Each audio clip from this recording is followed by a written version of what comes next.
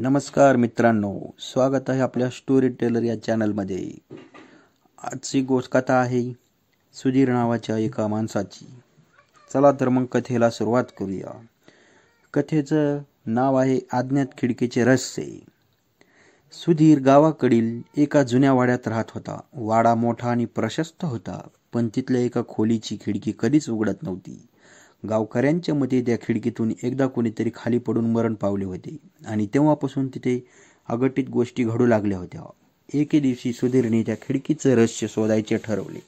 त्याने आपल्या मित्रांना या गोष्टींबद्दल सांगितले, पण कोणीही त्याला सोबत यायला तयार नव्हते। अखेर मध्यरात्री एकटा सुधीर त्या खोलीत गेला। खोलीत एक विचित्र थंडावा होता आणि खिडकीजवळ पोहोचता त्याला कोणीतरी त्याच्या मागे असल्याचा भास झाला होता।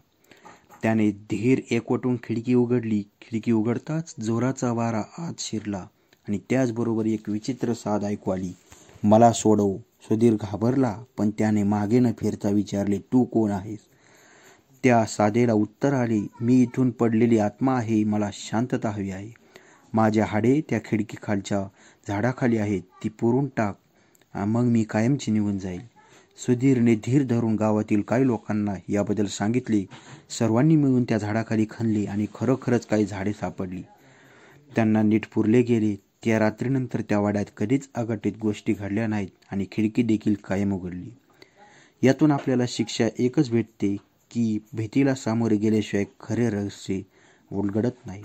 तर मित्रांनो, तुम्हाला ही कथा कशी वाटली नक्की सांगा, कमेंट बॉक्सद्वारे नक्की सांगा आणि स्टोरीला लाईक, शेअर आणि सबस्क्राईब करा। धन्यवाद मित्रांनो।